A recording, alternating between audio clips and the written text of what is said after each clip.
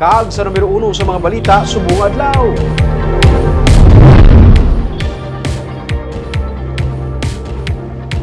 Tanan na nagpositibo sa paggamit sa illegal nga droga base sa drug test nga gipatikayon sa Kapitolyo Provincial. Sunod sa kay Provincial Administrator Efrando Diaz, sa masobra 2,300 nga napaidalom sa drug testing sa nagligad ka December 11 kag 12. 19 nagpositibo sa paggamit sa shabu kag isa na positibo sa paggamit sa marijuana.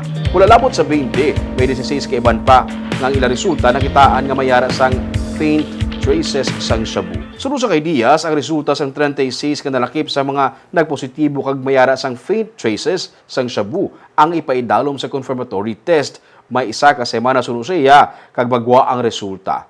May mga ngalan nga sang natungdan nga mga persona si Diaz kag napahibalo na ang gobernador bahin diri. Dugang pa ni Diaz, base sa resulta kinahanglan ang regular nga testing para mapasiguro ang workplace nga drug-free kag ang mga nagapangalagad sa publiko ang yara sa nagakaigo nga kondisyon.